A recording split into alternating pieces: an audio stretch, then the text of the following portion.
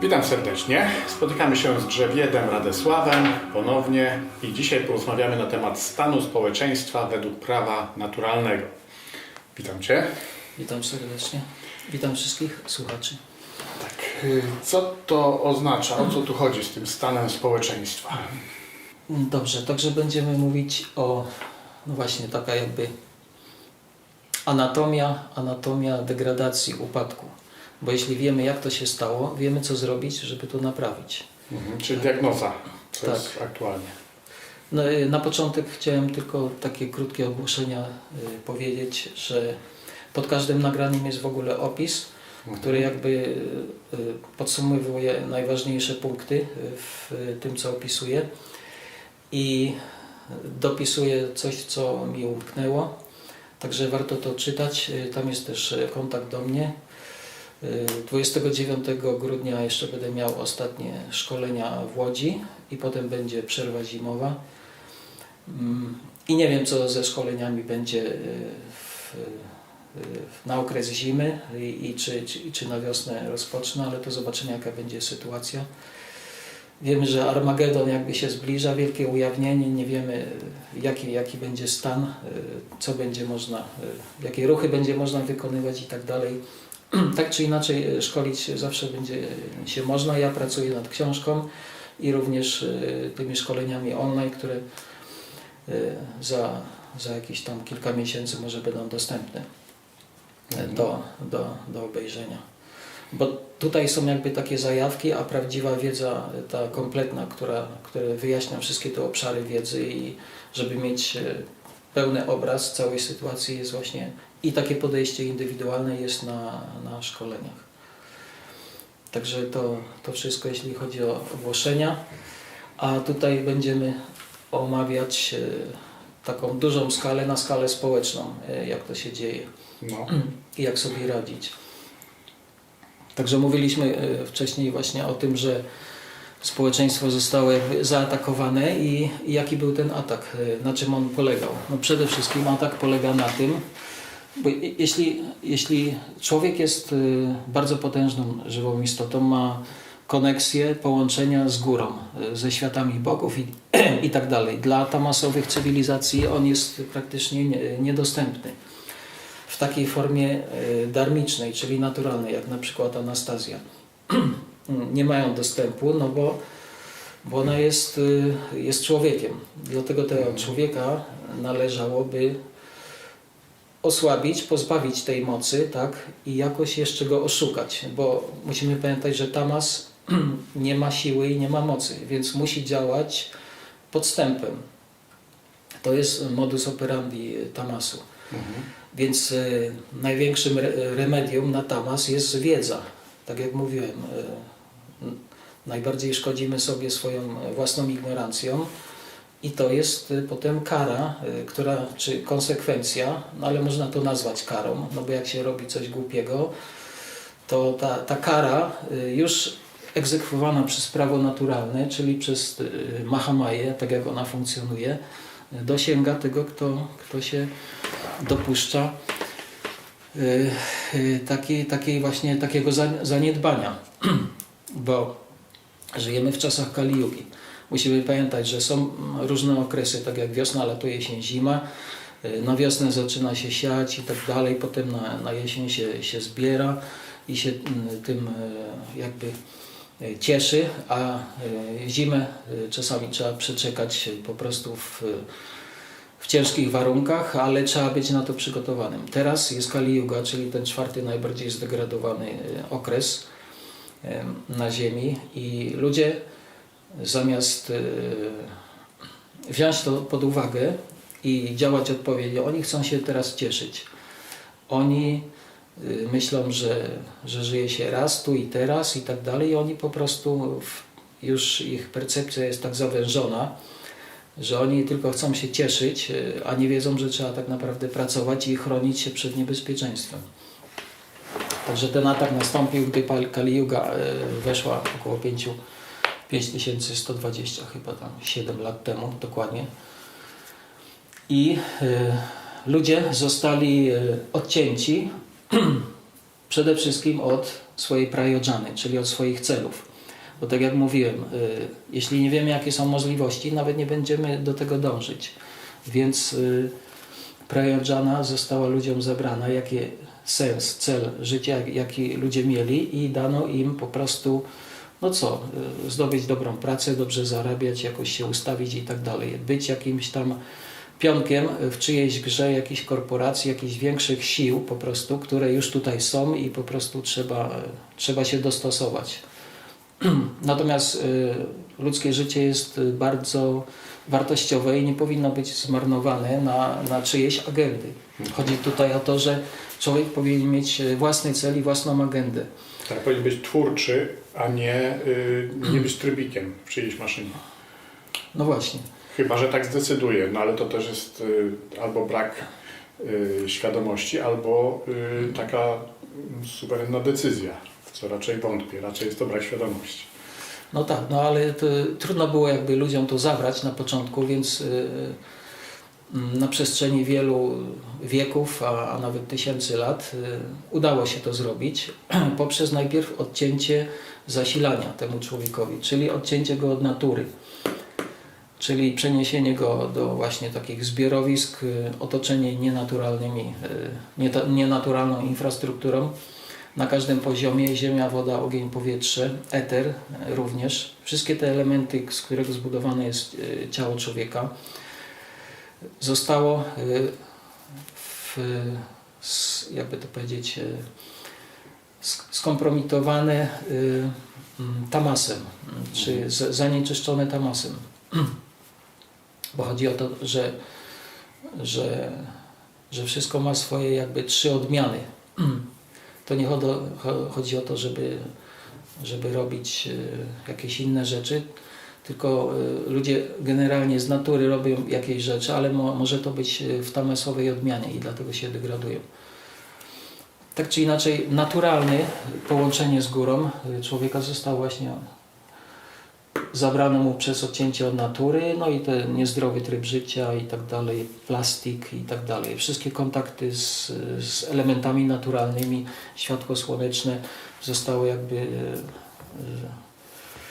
nazwane, że jest nawet szatańskie. Były takie ciemne wieki w naszej historii, gdzie wszystko co naturalne było mówione, że to pochodzi od szatana. Tak? A tutaj jest ten prawdziwy Bóg, który jest tym dobrem. I jak mu się nie podporządkujesz, to odetniemy ci głowę. Taka była narracja. Także to było robione siłą. Wiadomo, ludzie nie chcieli, Anastazja to opisywała, ludzie nie chcieli zmieniać swoich tradycji. Także, no i również moc, bo to połączenie z naturą też daje moc od natury, ale jeszcze w społeczeństwie, czyli jak jest wiele ludzi, oni też działają zawsze w grupie, a przynajmniej w parze. I ta moc też im została jakby zabrana. To mówiliśmy o feminizmie, czyli ta moc, czyli niewiasty zostały odebrane rodzinie i skierowane na tamasowe cele jakichś tam korporacji, dla których pracowali, fabrykantów i tak dalej, ten cały kapitalizm, który wchodził. Więc w ten sposób została również rozbita rodzina.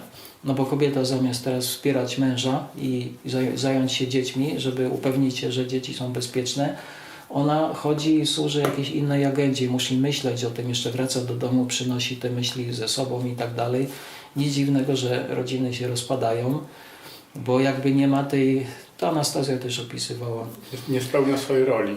Nie spełnia swojej roli, nie ma miłości i nie ma miłości, bo nie ma tych elementów, tak, które jakby składają się, że ta miłość może zaistnieć. Nie można rozpalić ognia mokrymi rękoma, tylko trzeba je najpierw wytrzeć. Tak samo nie można stworzyć miłosnego domu, takiego domu pełnego miłości, gdy na przykład cele tej pary są rozproszone. Tak? Mąż ma... Mężczyzna zawsze wychodził na zewnątrz i zdobywał świat, ale miał miejsce, gdzie wracał i tym miejscem zajmowała się kobieta. Ona teraz nie trzyma tej mocy domowej, więc jest już przejęta. No i tak samo mężczyzna został też osłabiony, bo nie ma tej mocy, którą może się zasilać. Teraz te wszystkie związki męsko-damskie wyglądają bardzo właśnie... No nie wszystkie, tylko te, które są Y, niefajne.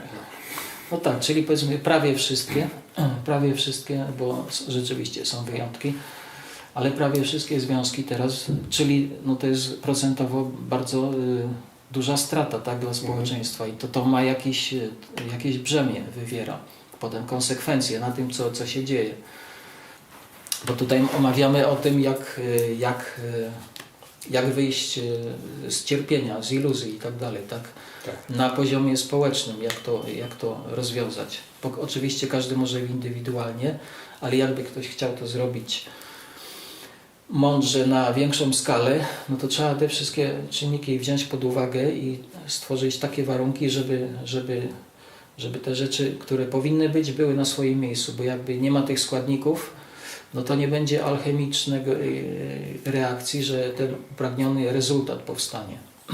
Musi być precyzyjna procedura, no składniki muszą być, wiadomo, esencjonalne składniki muszą być, a w zależności od czasu, miejsca, okoliczności można też improwizować. Czyli te wszystkie składniki w społeczeństwie wedyjskim były. Ludzie mieli prajodżanę, czyli mieli bardzo wysokie cele, no bo mieli wiedzę w ogóle. Byli połączeni z naturą, więc byli nie do pokonania, nawet przez legiony rzymskie. Ponoć Słowianie po prostu przebrani w różne skóry zwierząt i tak dalej, wspomagani nawet rojami pszczół, byli w stanie pokonywać legiony rzymskie, bo byli połączeni z naturą, tak? No ale potem jeszcze ta moc mężczyzn została odebrana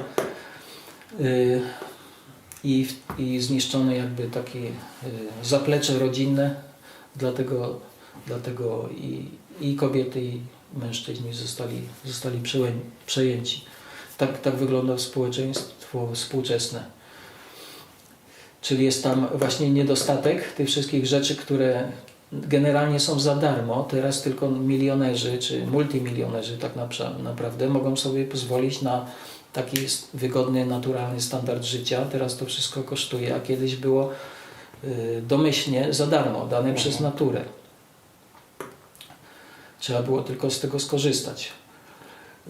Także teraz widzimy, jest brak, dlatego jest ta ciągła wymóg tej pracy, że trzeba ciągle pracować, żeby w ogóle się utrzymać.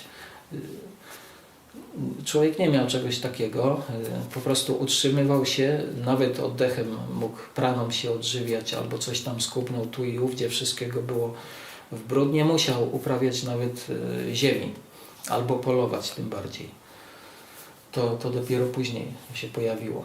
No i niewola oczywiście, czyli ludzie byli wolni, tak jak mówiłem, w społeczeństwie wedyjskim nawet te nogi społeczne, którzy pracowali i tak dalej, to byli ludzie jakby na wynajem, czyli słudzy, czyli to, co teraz nazywamy pracownicy, ci, którzy nie kręcą własnych biznesów, nie mają jakichś ambicji administracyjno-zarządzających, politycznych, albo nie są intelektualistami, myślicielami czy filozofami i tak dalej, tylko wynajmują się do pracy, no to nadal byli wolni. Teraz jest niewola i to widać na każdym kroku. Ten człowiek nie decyduje za siebie, o wszystko musi pytać i się prosić o pozwolenie i musi mieć jeszcze licencję, żeby coś móc robić. Czyli nie jest wolny, tak? Jak ktoś mu musi pozwolić, żeby on coś robił, jak można myśleć, że się jest wolnym? Tak. Ale ludzie są tą narracją jakby już, to jest takie technologiczne czarnoksiężnictwo, omamieni. Bo jeśli ktoś jest, tak jak mówiłem, jak człowiek bardzo potężny, połączony z górą i tak dalej, jak można na niego wpłynąć i go zaatakować? No, on tylko sam musi zgodzić się poprzez groźbę śmierci i tak dalej, tą przemoc, która była na przestrzeni wieków. Ludzie z niechęcią, ale stopniowo godzili się na przyjmowanie tych narracji i tych ideologii. Potem teraz już żyją według nich, uważają za swoje, nawet nie widzą, że to są właśnie te więzy, które ich wiążą. Bo to wszystko, co się dzieje teraz, to wyjawienie właśnie wielkie wyjawienie i tak dalej, Ujawnienie. ujawnienie i ten cały przekręt, to jest właśnie dla ludzi nieświadomych. I też nie wszyscy się o tym dowiedzą, tak? Większość ludzi pewnie umrze, nawet nie wiedząc, że była tutaj pionkiem i czyimś narzędziem do tamasowych celów. To dopiero się dowiaduje właśnie po śmierci, często, gdy właśnie okazuje się, że idzie do tamasowych światów i tak dalej i tam cierpi przez wiele tysiące lat, bo te ciała eteryczne nie są takie destrukcyjne jak te ciała fizyczne, więc można żyć i cierpieć przez tysiące lat, zostając jakby utylizowanym na właśnie tą energię, którą żywią się te tamasowe cywilizacje z niższych światów. Bo one, jak wiemy, żywią się tą energią strachu, cierpienia i tym wszystkim, co negatywne. Ci ludzie właśnie tego wszystkiego tam doświadczają przez tysiące lat, wydają z siebie właśnie tą energię, czyli wypalają się po prostu, tym się żywi ta ciemność i oni po prostu zostają paliwem dla ciemności. Odcięci w ogóle od swojego ducha i od góry. Czyli to ciało fizyczne i ten mental, ten umysł i, jak to powiedzieć, ta cała sfera właśnie Niefizyczna. ale i energetyczna, jakby ta dusza zostaje po prostu, tak jak dusza w żelazku, zostaje po prostu zużyta już. I następuje odcięcie od ducha, czyli od serca. I to są ci ludzie bez serca. No, oni już, większość ludzi już jest odcięta od serca, jednak nie ma połączenia z manas, ze swoim sercem, więc są takimi tylko robotami, cyborgami. Zombie. Tak, tylko że teraz jeszcze następny jakby krok technologicznego zniewolenia następuje, że nie tylko teraz poprzez narrację i ideologię ludzie są zombie, a nie naturalni, czyli darmiczni, tylko też poprzez nanotechnologię na przykład, że od środka i od zewnątrz teraz jest podobno dużo różnych nanocząsteczek właśnie w skupiskach ludzi i to też od środka jakby wchodzi do ludzi, że ponoć nie trzeba już przyjmować chipów, żeby być zaczipowanym. Te chipy w środku jakby poprzez nanotechnologię tworzą się u ludzi. Przynajmniej funkcjonalność, jaką ten chip miał dać, ona już jest możliwa w takim człowieku skażonym nanotechnologią. Więc aby tego wszystkiego uniknąć, trzeba się wziąć za siebie i to nie jest czas na cieszenie się, tylko na pracę, na zdobycie wiedzy, przede wszystkim edukacja, no bo tak jak ten Steve Covey takie książki napisał, Tak. 7 nawyków Skutecznego działania. Tak, to jeszcze następna książka była 8 nawyk, czyli duchowa inteligencja, on to nazywał. A w tych kategoriach wedyjskich jest to właśnie jakby taka inteligencja prawdziwa, czyli robienie najpierw właściwych rzeczy, a dopiero potem robienie ich z kompetencją. No to pierwsza jego książka, najpierw rzecz najważniejsza. Tak, więc najważniejsza jest w ogóle prajodżana. Od prajodżany, czyli od celu się zaczyna, ale jak cel sobie wybierzesz, jak masz ograniczone tylko tamasowe cele podane. Tak. Musisz zdobyć wiedzę, że są wyższe cele. I to jest właśnie edukacja wedyjska, o tym jest mowa. Także niewolników nie było w społeczeństwie wedyjskim, bo oni mieli wolną wolę, ich życie nie było aż tak uregulowane, tylko były normalne jakieś tam zasady społeczne i tak dalej, ale to takie zdroworozsądkowe i nikt od nikogo nie wymagał, żeby robili coś, czego nie chcą, tak? Albo się kontrolowali, udostępniali swoje ciała i tak dalej. No, a dziecko już od urodzenia, jak jest zarejestrowane, to już nie należy do rodziców, tylko jest właśnie w rejestrach, tamasowych rejestrach i jest wykorzystywane. Wiemy, te weksle są handlowane na giełdach gdzieś tam w Ameryce i tak dalej. Ten człowiek już jest sprzedany, jest własnością i on po prostu wykonuje swoją powinność niewolnika. Tak, rejestr, register, słowo regis od król, czyli coś, co należy do króla. Tak, natomiast króla radzą należy być sam, przede wszystkim wznieść się do rajaguny, czyli do jakiejś pasji i zacząć działać. Tylko ta pasja musi być też jakby zmieszana z satwą, bo jak wykonuje się pewne rzeczy, ale tak jak mówiłem, ta inteligencja, 8. nawyk, od tego trzeba zacząć, że to muszą być rzeczy, które są zalecane przez satwicznych ludzi. Jako tamasowi ludzie nie wiemy, co mamy robić. Jako rajasowi no już zaczynamy działać i tak dalej, ale jeszcze nie wiemy, czy to, co robimy, jest naprawdę tym najlepszym, co moglibyśmy robić. Bo tak jak każdy biznesmen też i w ogóle każdy człowiek, który dąży do jakichś celów, powtarzają, że największą przeszkodą do robienia rzeczy wielkich jest robienie rzeczy dużych. Tak. Tak samo największą przeszkodą do zdobycia na przykład $1 000 000 jest ustawienie sobie celu $100 000, tak? No przecież mogłeś ustalić 10 milionów i może ten milion byś zdobył. Tak. Także, bo to jest tylko kwestia tak naprawdę założenia jakichś celów, bo wtedy modus operandi się zmienia i tu już nie nastawiamy się na zarabianie 1 miliona, tylko na zarabianie 100 milionów i musimy myśleć w tych kategoriach. Jak Tak. to zrobić? Wtedy Jaka czynność? Wtedy nie inwestujesz w kiosk na rogu, tylko w sieć kiosków. Czyli jaka czynność sprawi, że to 100 milionów jest realne? Na pewno nie właśnie to, gdzie możesz zarobić 1000 dziennie. No to nie tak, więc trzeba myśleć innymi kategoriami. Dlatego ludzie rajasowi powinni być zawsze, korzystać z rad ludzi satwicznych, korzystać z wiedzy, bo często robią i teraz się właśnie uwikujemy z wielu bogatych ludzi, którzy zarobili czy na tym różnych boomach, czy kryptoboomach, czy innych boomach, czy w ogóle na tej całej panice i strachu, różnymi jakimiś akcesoriami, tymi do oddychania, jak to się nazywa i tak dalej. Różne biznesy wielcy ludzie porobili, jeszcze więcej pieniędzy zarobili na tych czasach niż w latach poprzednich, tak? A jednocześnie się Sklepy zatracili wysyłkowe. się w tym, bo krzywdzili ludzi w ten sposób. Tak. No i tak samo można powiedzieć jeszcze tak na co dzień ludzie też po prostu zarabiają doradzając innych albo byciem uzdrowicielem duchowym, a potem wczoraj pisał mi taki właśnie człowiek, który już kilka tysięcy złotych wydał na przestrzeni ostatnich lat na oczyszczanie się z jakichś tam klątw, karmy i tak dalej i cały czas jest to samo, a już tyle pieniędzy wydał i nie ma efektów. Więc są ludzie, którzy to robią za pieniądze, ale efektów nie ma.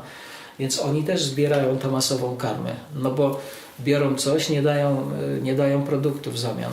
Znaczy nie, oni Chyba. produkt dają, tylko że nie dają zmiany w człowieku, bo to wiesz, tu chodzi o to, żeby człowieka nauczyć jak łowić ryby, jak strugać wędki i tak dalej, a nie tylko dawać mu rybę lub wędkę nawet.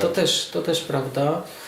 Jeśli oni naprawdę mówią, co dają konkretnie, na przykład, że dają tylko możliwość oczyszczenia się i tak dalej, a rezultat zależy od Boga na przykład, no to jest fair, tak? Ale jeśli obiecują, że nastąpi poprawa, że to i tamto, albo taką narrację stwarzają, że człowiek jest jakby przekonany, że to zadziała, a potem się okazuje, że jednak na nim nie zadziałało, tak?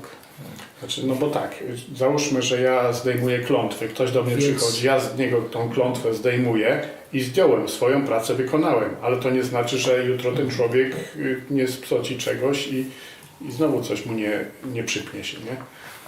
Także No oczywiście. kwestia profesji. Bo generalnie ludzie chcą, żeby ktoś coś za nich zrobił, a tak naprawdę praca musi być wykonana właśnie przez nas, po to mamy tyle tych wcieleń, po prostu mnóstwo, czasu jest nieograniczenie, żebyśmy sami do tego doszli powolną pracą, ale solidną pracą, czyli sattva-guna, utrzymywanie stałości w pewnych stanach. Trzeba się utrzymywać w pewnych stanach, żeby w tym stanie dobrobytu, zdrowia, szczęścia i tak dalej się utrzymać. Nie można pracować dla tamasowych celów, bo to jest jak rozpalanie ognia mokrymi rękoma, to nie zadziała. Te wszystkie to nie zadziała, więc trzeba po prostu utrzymywać pewne zasady właśnie, tak jak w jodze, te pierwsze dwa etapy jogi to jest yama, niyama, czyli zasady, nakazy i zakazy. To nie są takie, jak ludzie myślą, że zakazy i nakazy nie wolno ci, bo cię spotka kara, tylko ta kara spotka cię przez prawo naturalne, jeśli robisz coś głupiego i to wtedy znajduje się w strefie zakazów dla ludzi, no bo oni są na tyle głupi, że trzeba im powiedzieć, nie rób tego, bo to ci szkodzi. To są I są konsekwencje. nakazy To i mówi o rzeczy, które konsekwencjach. należy robić. Tak, także yama niyama, od tego się zaczyna yoga, a dopiero potem jest asana, czyli postawa. Postawa potem i wprowadza cię aż do tych coraz wyższych stanów, ale tutaj chodzi o stany. Czyli żeby się utrzymywać w tych wysokich stanach aż do samadhi, czyli pełnego połączenia ze źródłem, powiedzmy, to muszą być wykonane te poprzednie etapy, bo yoga jest 8-stopniowa, ashtanga. Ash to znaczy 8, anga, części. Także trzeba o tym pamiętać, że są pewne procedury i pewne stany, które trzeba osiągać i je utrzymywać. Także w społeczeństwie wedyjskim, bo o tym jeszcze nie wspomniałem, zaczyna się od dharmy, czyli właśnie bycia naturalnym, tak jak natura, czyli źródło to wymyśliło, tak? Działać po prostu zgodnie z naturą. Kim jestem, taki jestem. I teraz pracuję nad swoimi celami prayodżane. Wybieram następną jakąś wyższą prayodżanę, jak się dowiaduję. Na przykład dowiaduję się, że jestem w tamasie. Wybieram sobie jakąś prayodżanę w Rajagunie, a potem ostatecznie jeszcze w Sattvagunie. Na tyle, na ile nam nasza wiedza pozwala. Więc ta dharma, ale bycie naturalnym, to znaczy działanie zgodnie z naszą aktualną sytuacją. Także w literaturze wedyjskiej, w tych opowieściach różnych jak Mahabharata właśnie często spotyka się, że jest dyskusja na temat właśnie co jest dharmiczne, a co jest niedarmiczne w tym przypadku, bo to nie jest tak wiadome. Trzeba znać prawo naturalne, jak wszystko funkcjonuje, dopiero wtedy można powiedzieć, czy dana czynność dla tego człowieka w tym czasie i miejscu, okolicznościach jest dharmiczna, czy nie i tak dalej. Jaki ma lepszy wybór. To wszystko są rzeczy przecież nie napisane, to trzeba życiową mądrość zastosować i to wykorzystać. Tak czy inaczej. Dharma opiera się na autorytetach i prayodżanie podanej w Wedach, czyli przez Stwórcę. I tam jest podany ten zamysł Stwórcy, jak ta wielka iluzja funkcjonuje. Więc to jest podstawa. Trzeba po prostu, tak jak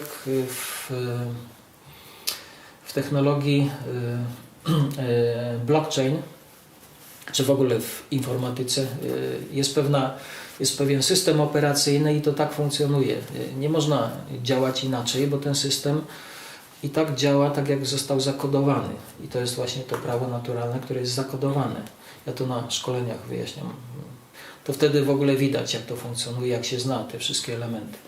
Tak czy inaczej, trzeba być dharmicznym i dopiero wtedy pojawia się artha, czyli na podstawie dharmy, działania w trybie dharmy pojawia się artha. Artha to znaczy wszystko, co jest pożądane, czyli wszystkie jakieś cele, możliwości, jakie ludzie chcą mieć, jakieś cele sobie wybierają, to się nazywa artha. I wtedy można te cele osiągać i wtedy po ich osiągnięciu doświadcza się kama, czyli spełnienia pragnień. Jest ta pełna satysfakcja. To jest ten cel, powiedzmy, tej Rajaguny z Sattvaguną, który kulminuje w kamie. I wtedy jest spełnienie tych pragnień. Tutaj w wielkiej iluzji ten człowiek spełni swoje pragnienia w życiu ziemskim i wznosi się coraz wyżej. W ramach tej kamy może wznosić się do wyższych światów, ewentualnie w ogóle z tego wszystkiego się wymiksować z tego doświadczenia. Ale póki to jest dobre i sprawia przyjemność, satysfakcję, to trudno się zdecydować na wyzwolenie, na mokrze. Także tutaj generalnie, tak jak mówiłem, to jest ta ostatnia pułapka Mai, że szczęście, które daje Sattwaguna, jest ostatnią pułapką Mai, która trzyma jeszcze tych najbardziej oczyszczonych joginów przed wyzwoleniem. No bo im wyżej, tym poprzeczka jest o wiele Chodzi o te moce. No tak, no generalnie tak. No. Moce i tak. Także to jest dharma, artha, kama, moksha, to jest jakby taki naturalny progres w społeczeństwie wiedyzmu, w kulturze wedyjskiej. I to są właśnie te cele, od których współczesny człowiek został odgrodzony ignorancją i teraz on jest połączony z czym? Zamiast ze swoją górą, tak, i z tymi celami, czyli ze swoim sercem manas, buddhi, a już o atmie nie wspominając, tam w ogóle nie ma o tym mowy w żadnym w ogóle przekazie pozawedyjskim na ziemi, nie ma tych tematów poruszanych. Maksimum te różne takie religie mówią o niebie, o światach niebiańskich i o cieszeniu się niebiańskim życiem, czyli to jest to po prostu kama, spełnienie na wyższych światach, ale to nie jest jeszcze wyzwolenie. Natomiast obecnie człowiek odcięty jest od tego, no i jest podłączony właśnie jego serce i w ogóle umysł poprzez w ogóle narracje różne. Co już przestało pisać. Jest połączony z tymi różnymi narracjami czy egregorami. Nawet coś, co jest jakby, co nie istnieje, one może zaistnieć, bo to jest jakby wielka gra, tak? My budujemy tutaj coś, można budować tych rzeczy, które wcześniej nie było, no bo na tym wszystkim polega ta cała infrastruktura, która nas otacza, jej nie było. Jest tylko natura. Teraz ta natura jest zmieniona, modyfikowana, tak samo w przestrzeni eterycznej są różne twory, tak zwane egregory, które po prostu wpływają na nasze decyzje, świadomość, potem stany i tak dalej. Człowiek zamiast połączony z górą jest połączony z technologią, czyli ten transhumanizm, wmawianie ludziom, że człowiek staje się lepszy, jak żyje w symbiozie z technologią, tak? Zamiast ze swoim duchem i ze źródłem. Tutaj jest też połączony jakby ze smartfonem, poprzez dotyk już te wibracje i jego jakby świadomość już schodzi na poziom technologiczny. Tak jak mówiłem, wszystkie te żywe istoty, które żyją w wyższych światach, tam nie ma technologii statków takich sztucznych, tylko to są latające pałace z parkami, z jeziorkiem, z fontanną i tak dalej. To jest taki latający pałac, który można sobie zwiedzać wszechświat. Ewentualnie jakiegoś nosiciela można mieć, albo nawet latający dywan i tak dalej. Ale to nie są takie po prostu metalowe, po prostu albo z jakichś tam innych materiałów urządzenia, które pokonują przestrzeń. Abstrahując od tego, że tam w ogóle przestrzeni nie ma, bo to są światy manasowe, więc nie ma tam przestrzeni. To wszystko jest inny element. To jest poza tym. Tam nie można dotrzeć, pokonując przestrzeń z prędkością umysłu nawet.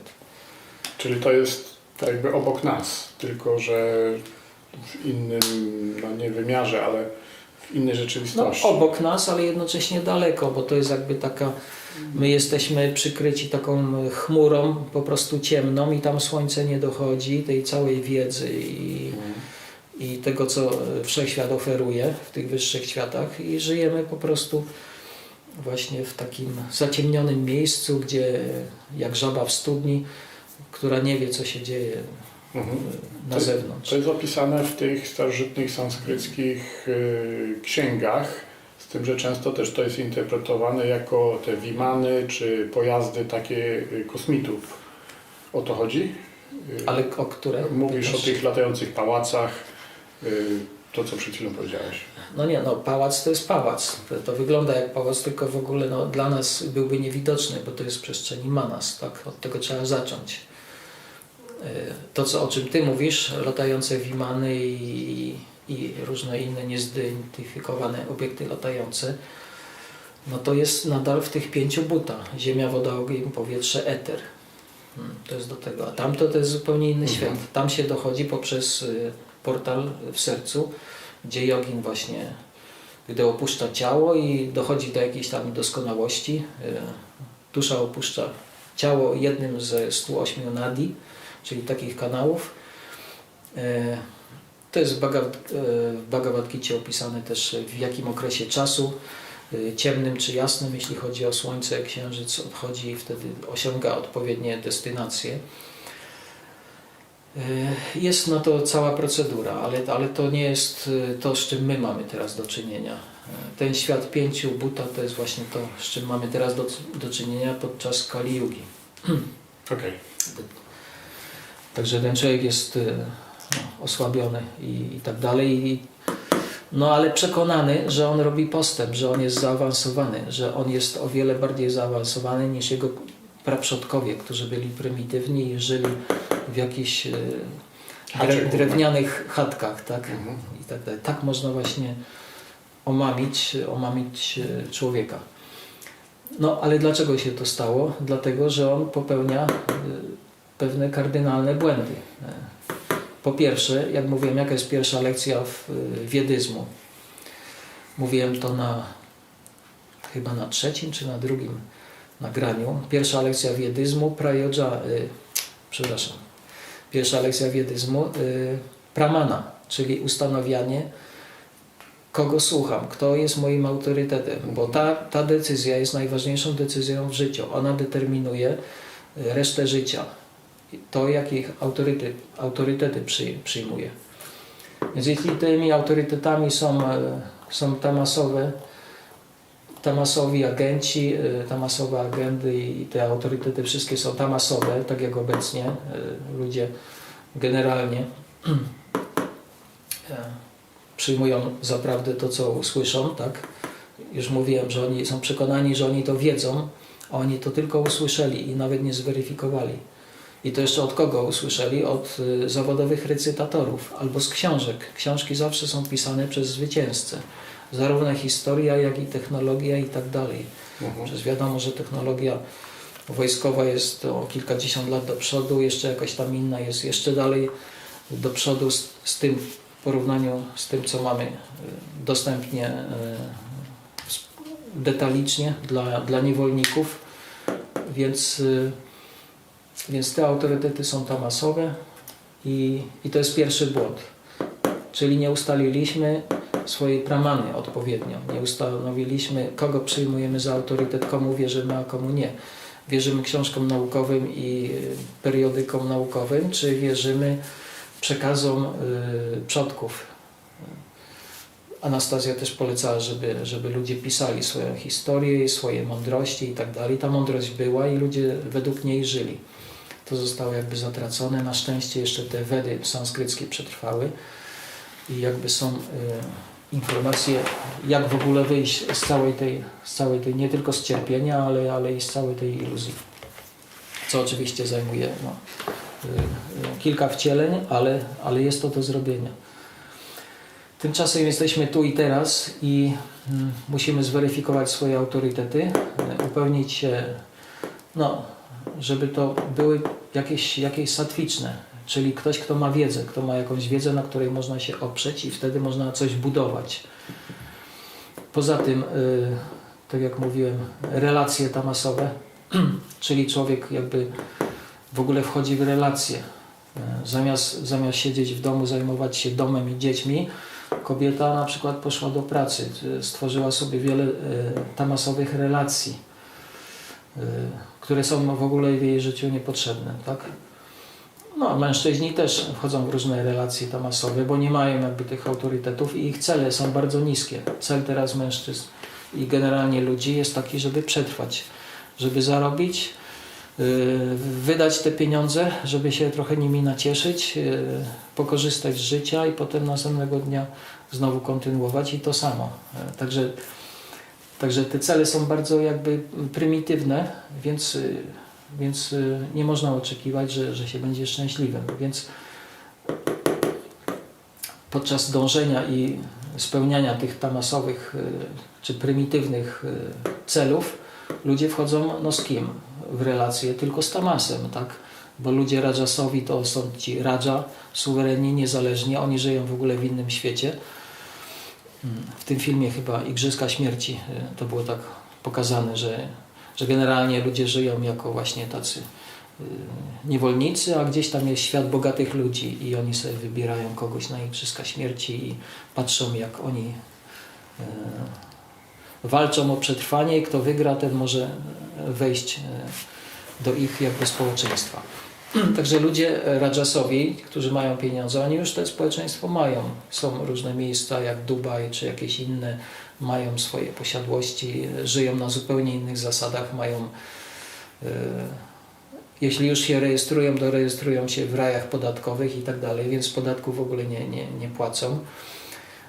Płacą tylko niewolnicy za to wszystko i oni z tego korzystają, no ale tak jak mówiłem, ich karma dobra, jakby rajasowa się wypali i będą musieli odebrać konsekwencje tego, co zrobili, na kim zarobili i jaką jakby kontrybucję dali w społeczeństwie. Jeśli ta kontrybucja jest tamasowa, no to ich reakcje spotkają też tamasowe, to samo.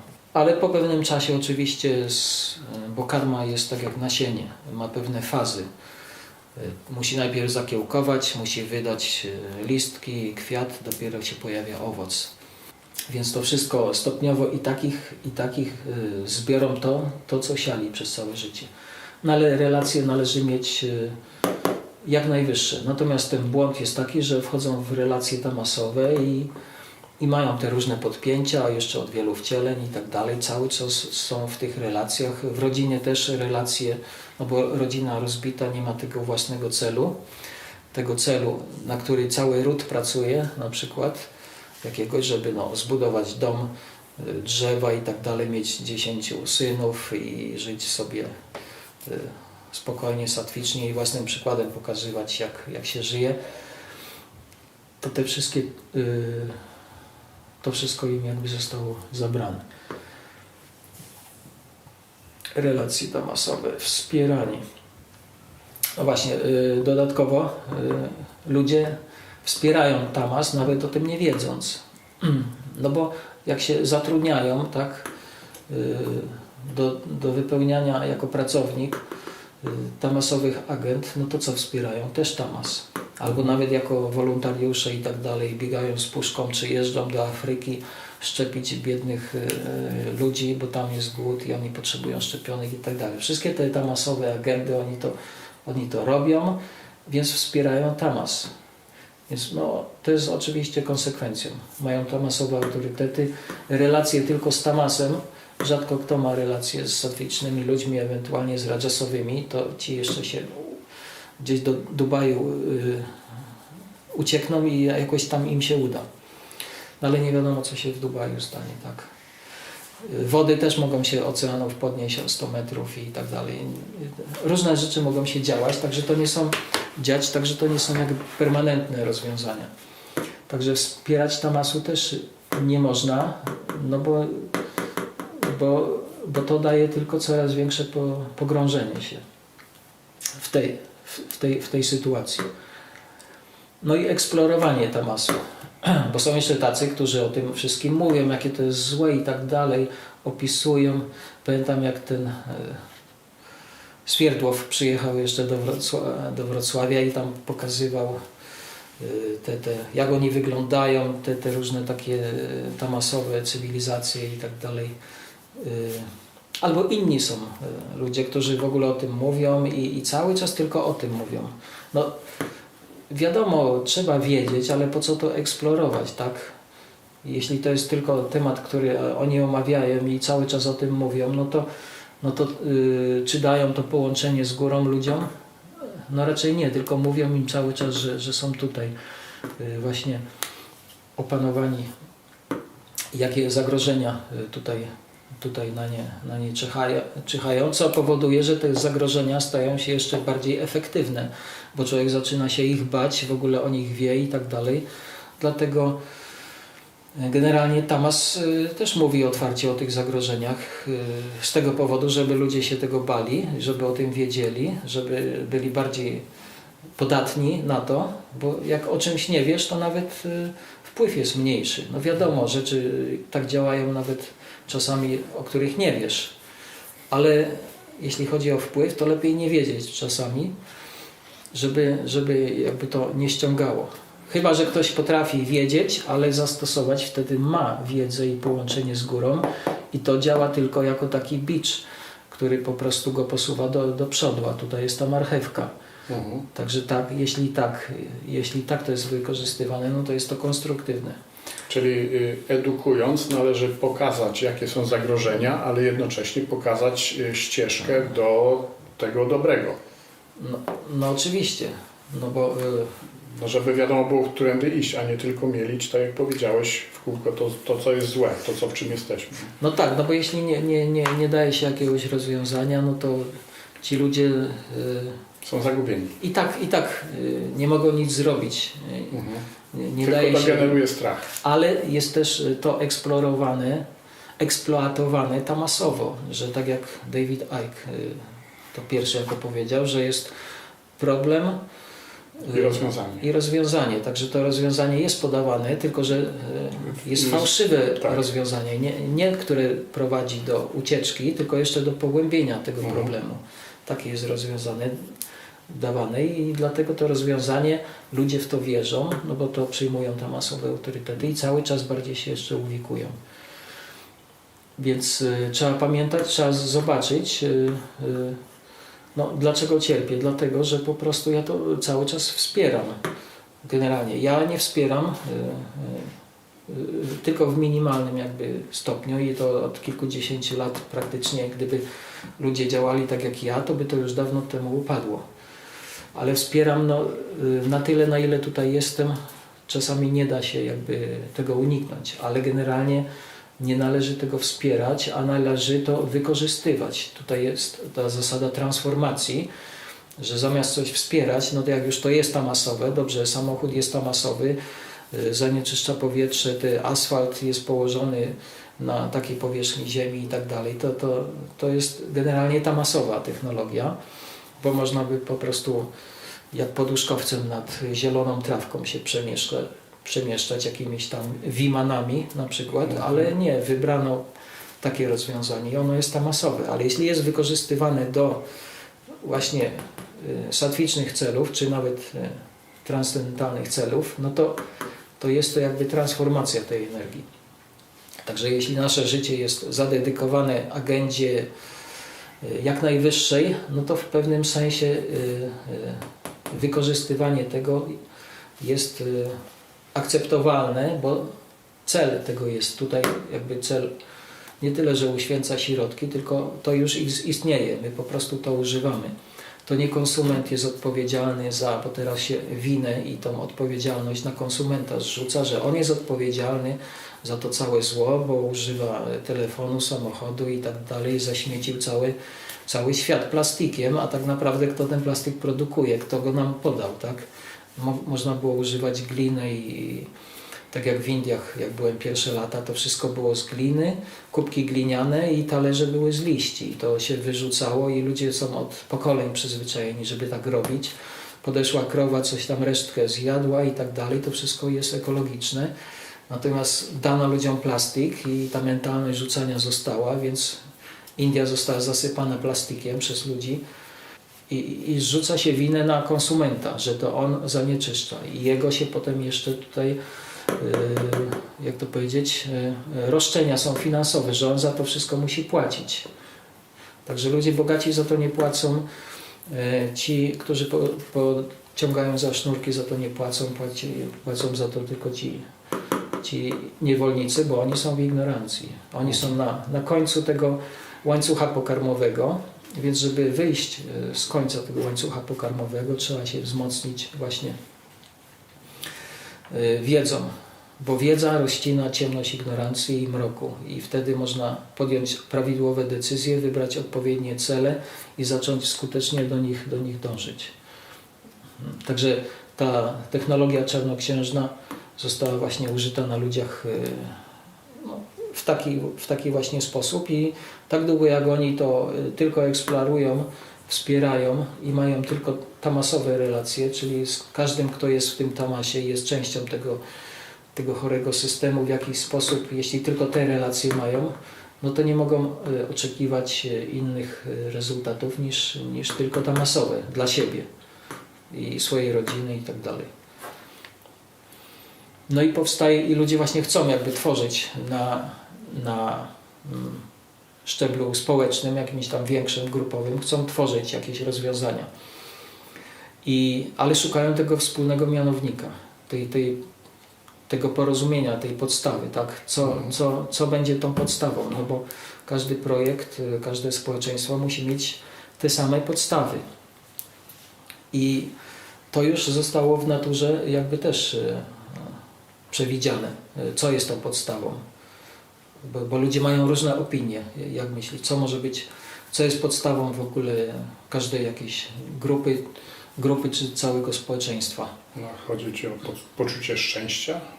Czy... Nie, coś na czym wspólna platforma, do której każdy będzie się zgadzał, żeby była jednomyślność, żeby była jedność, żeby to społeczeństwo nie było tak jak teraz, ono jest rozczłonkowane na różne frakcje, które walczą ze sobą. Nawet sam system jakby polityczny, władza jest oparta o to, że jest władza, jest opozycja, oni walczą o władzę między sobą.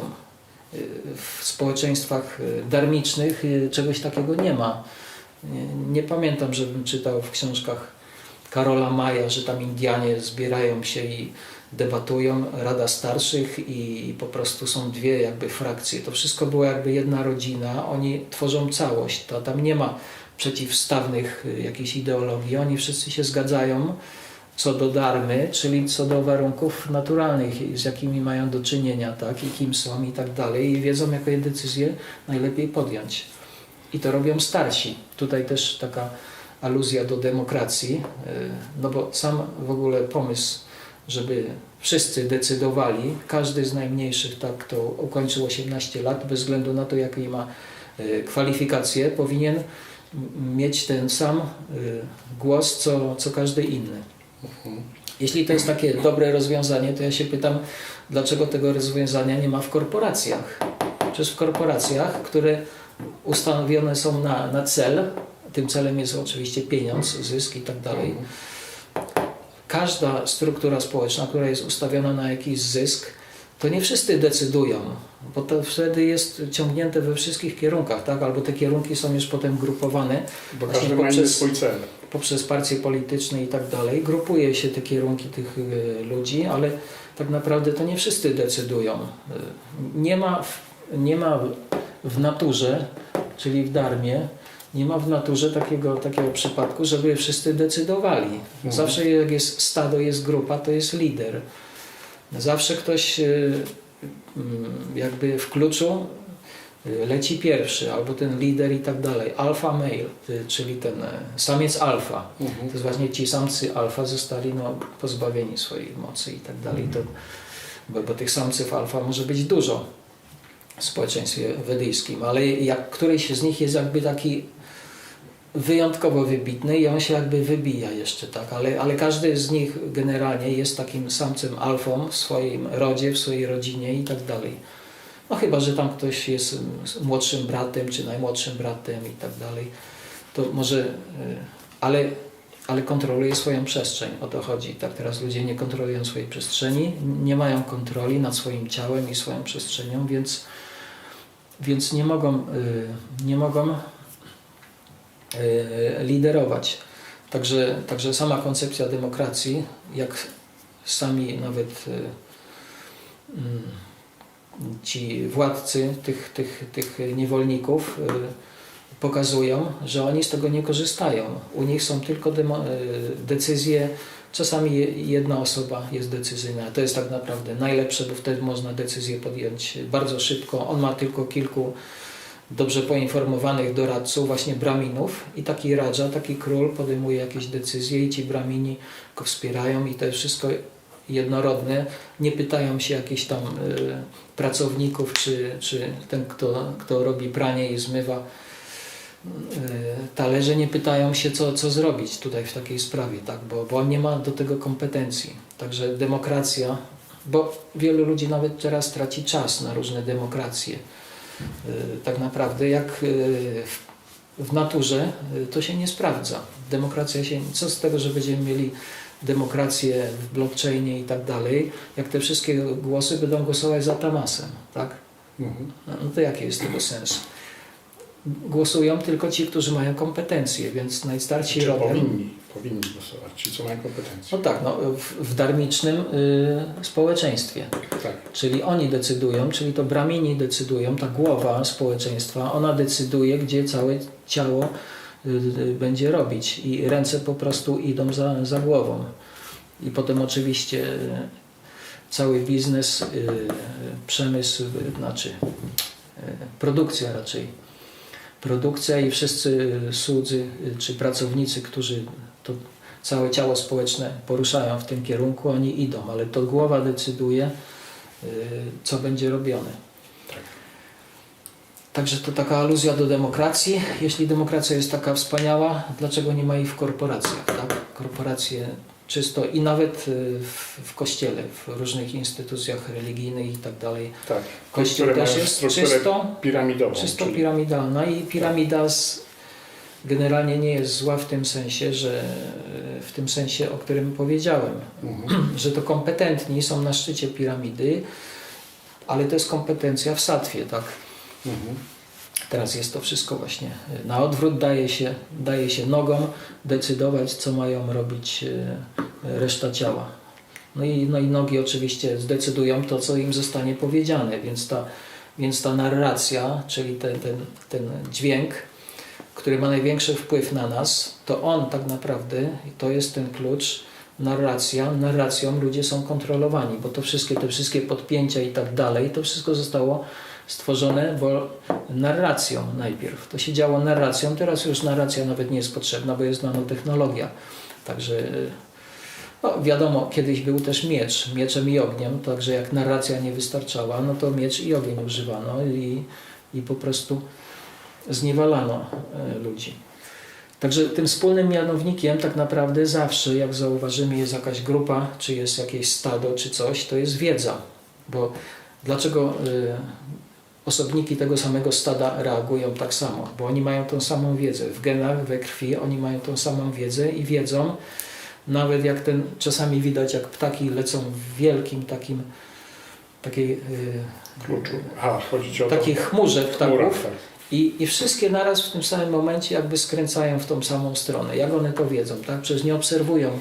Ten tam z początku zaczął skręcić, ci skręcają, ja teraz skręcam. Nie, to jest impuls już w umyśle, tak? Oni dostają w tym momencie ten sam impuls, że skręcamy. I oni nawet o tym nie myślą. Skręcanie jest automatyczne i tak dalej. Oni działają naturalnie, bo są połączeni w tym społeczeństwie poprzez cel i genetykę oczywiście, która w nich jest.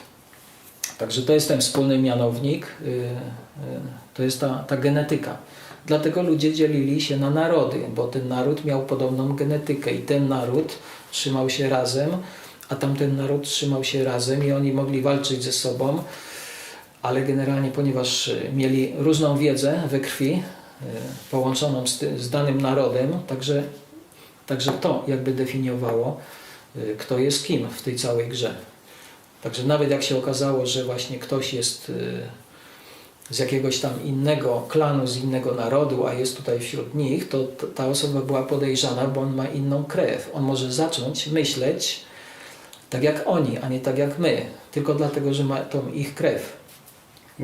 Dlatego niektórzy ludzie nawet, czy niektóre narody unikają transplantacji krwi i tak dalej, mieszania krwi, a innym to polecają. Właśnie z tych powodów, żeby nie było tej jednolitości, tej wiedzy, którą mamy. Oczywiście wiedza może być, tak jak mówiłem, dawana przez krew, natomiast jeśli chodzi o wiedzę wedyjską, tak jak w moim przypadku, czy ludzie na zachodzie, to nie było poprzez krew, tylko poprzez szabda, czyli poprzez ten dźwięk. Poprzez dźwięk i zaakceptowanie autorytetów, tylko tutaj tych jak najwyższych, czyli autorytetu źródła, można wspólnie działać na tej samej wiedzy. Dlatego uważam, że to jest taki wspólny mianownik. To jest ta podstawa i ta platforma, która jakby umożliwi w jakiejś tam większej grupie społecznej funkcjonować efektywnie. Także wiedza jest wspólnym mianownikiem i ludzie poszukują tej wspólnej platformy, porozumienia. Także oni muszą najpierw być zgodni co do stanu faktycznego rzeczy. Czyli Sambandha Gyana, jaki jest stan faktyczny, jakie możliwe są cele, czyli Abhideya do osiągnięcia i jak je osiągnąć. To wszystko jest w kompletnej wiedzy. Jeśli to jest jakby akceptowane przez wszystkich, to można to wykorzystać. Jeśli nie natomiast, no to jest właśnie adarmiczny człowiek, który generalnie właśnie był wykluczany jakby ze społeczeństwa wedyjskiego, poza kastowy, teraz to się mówi, ale to sens w ogóle tego był, zamysł tego był taki, że to jest człowiek, który ma inną wiedzę, inne doświadczenia i inne nawyki, inne stany. On jest zanieczyszczeniem, on jest zagrożeniem dla tego społeczeństwa wedyjskiego, który żyje według praw natury, czyli według dharmy. Dlatego oczywistym jest, że społeczeństwa dharmiczne odgradzały się od społeczeństw niedarmicznych, bo one żyły według nie natury, tak, czyli prawa naturalnego danego przez źródło, tylko według legislacji, która była potem tam właśnie, czy ideologii najpierw, bo przed legislacją najpierw była ideologia, a może i przed ideologią najpierw była siła też, miecz i ogień i tak to następowało. Także uważam, że wiedza jest tym wspólnym mianownikiem i dlatego edukacja jest najważniejsza, bo wtedy ludzie jakby realizują pewne rzeczy i mogą działać efektywnie i z tą najwyższą inteligencją wybierać najwyższe cele. Czyli tak w dwóch słowach podsumowując, to różnica pomiędzy społeczeństwem wedyjskim a społeczeństwem tamasowym to jest różnica Czy adarmicznym, Okej, darmiczny i adarmiczny. czy współczesnym. Okej. Tak? Czyli wiedza jest tą różnicą. I doświadczenie, bo tak wiedza plus doświadczenie plus to wszystko, co z człowieka, w czym człowiek wyrósł. No tak, no bo tak naprawdę wszystko i tak się sprowadza do wiedzy. Mhm. Jakie zasoby dane i system operacyjny ma do wykorzystania ten obserwator, ten, który podejmuje decyzję, obserwuje i podejmuje decyzję. To jest ten obserwator na tym polu. Mhm. Także ten obserwator powinien być inteligentny na tyle, żeby się uzbroić w wiedzę, która jest przetestowana i która pochodzi z autoryzowanego jakby źródła, które można udowodnić. Bo wiedza zawsze jest jakby też udowadniana, tak, że ktoś coś zrobił, przeprowadził eksperyment. Ale my nie wiemy tego, bo to jest tylko napisane. Nie wiemy, czy eksperyment nie pokazał innych danych, a oni to nie zmienili. No tego nie wiemy. No. Więc to wszystko jest taka różnica między informacją a wiedzą. To jest wiedza, która już jest sprawdzona i ona jest przekazywana nie tylko we krwi i genach, no ale też w literaturze. I to jest wiedza, która jest przetestowana, sprawdzona. Albo można opierać się na innych autorytetach i po prostu uważać, że się wie, łykając różne informacje, których nawet się nie jest w stanie zweryfikować. Jasne. Dobra. Dziękuję. Dziękuję za uwagę. Dziękuję.